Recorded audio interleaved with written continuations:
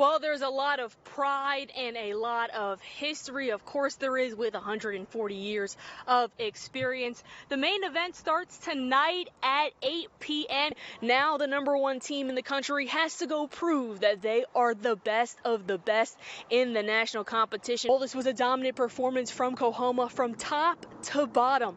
This squad only allowed 1 hit in the entire game behind the pitching of Hannah Wells. What that scoreboard will not tell you is that this game ended before the halftime break, and Rankin's season is now over. Well, a late game comeback just wasn't in the cards this time for the Rockhounds as they fall 4-3 to the Hooks. And you're a player who's been here for a few seasons now. What does it mean to be back here in Midland? I know it might not be the place you want to stay forever, but what does it mean to be back here at home? Right, yeah, not the end goal, of course, but a lot of new fans that we've acquired. All right, welcome back to Game Time, and look who decided to join us. It's Aaron, not in the 2-box, not a surprise. He's going to be our tour guide through the rest of tonight's difference-making district play. The Jackalobes are back in town for the first time this season, so that means it's time to slide over to the ice for the team's first home series with a little bit of a different look. Well, we've seen a ton of highlights, and now it's time to decide what teams and players stood out among the rest. That is right, it is top plays. You're gonna want to check this out. Everybody is everywhere. We even made a little bit of a map for reference. So I'm here at the NewsWest 9 headquarters, and then we have our Game of the Week reporter, Aaron. He's somewhere. Yeah, he's up there. The preseason NJCAA rankings dropped earlier this week, and the Wranglers were welcomed to the list with the number 3 next to their name. Well, Jason, that's now 2 Game of the Year candidates are from around the basin. Unfortunately, Midland Legacy drops its 2nd contest of the season. With that announcement came a viable replacement. Meet new headman Victor Dominguez. The former associate head coach joined the program back in 2019 and will take over as the interim.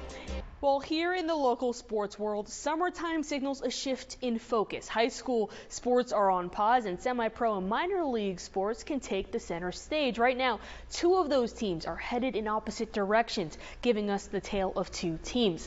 Let's start with the Rockhounds. It's been a rough month of June for the Midland squad. The Hounds have won a total of 1 game in this stretch, just 1.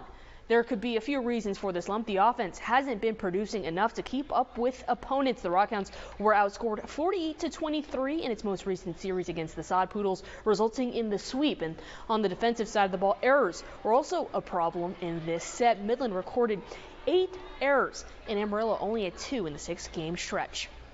Well, it's not all bad news in West Texas lately. West Texas FC is lighting up the soccer pitch right up the NPSL Lone Star Conference standings. West Texas is soaking up all that heat and using it to fuel on the field.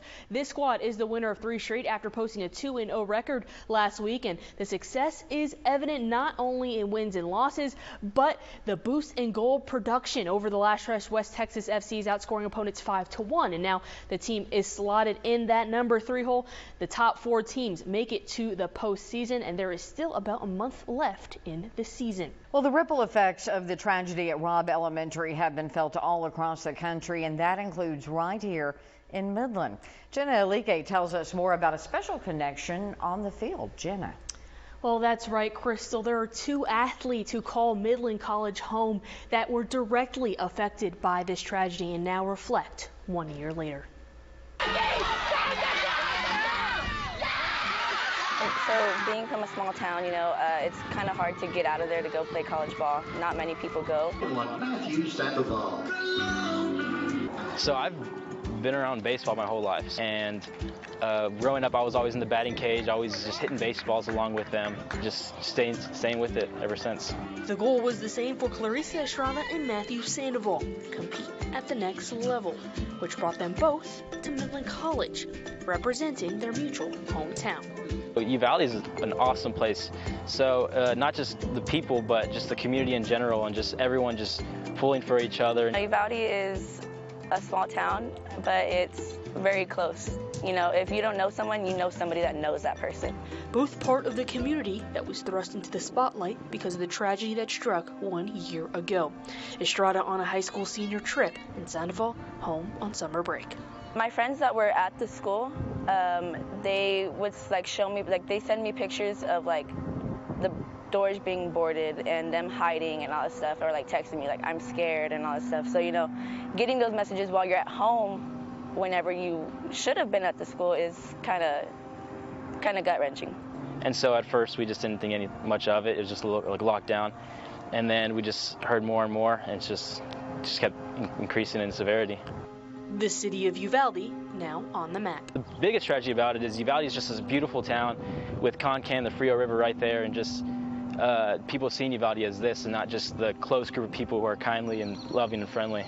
Nobody knew where Uvalde was, and now we're only remembered because of that. And so it's kind of hard because, like, I think people that live in Uvalde, we really do take pride in living there. Now these two Midland College athletes take it upon themselves to show people another side of Uvalde, carrying the 21 lives lost with them. I know that a lot of those kids, they played sports, and being able to come to the next level and play, it's all for them. I wear number 21 on the baseball field, and it just means a lot more now. I've worn it the past 2 years, but now it just means so much more. Just knowing these families and just knowing the events that took place, just kind of playing for something else other than the sport of baseball. Clarissa and Matthew wearing the jerseys with Midland across their chest, but now play for Uvalde, their hometown. Both Clarissa and Matthew grew up playing softball and baseball in Uvalde and now carry its legacy here to the tall city, showing the best side of their small town. Crystal?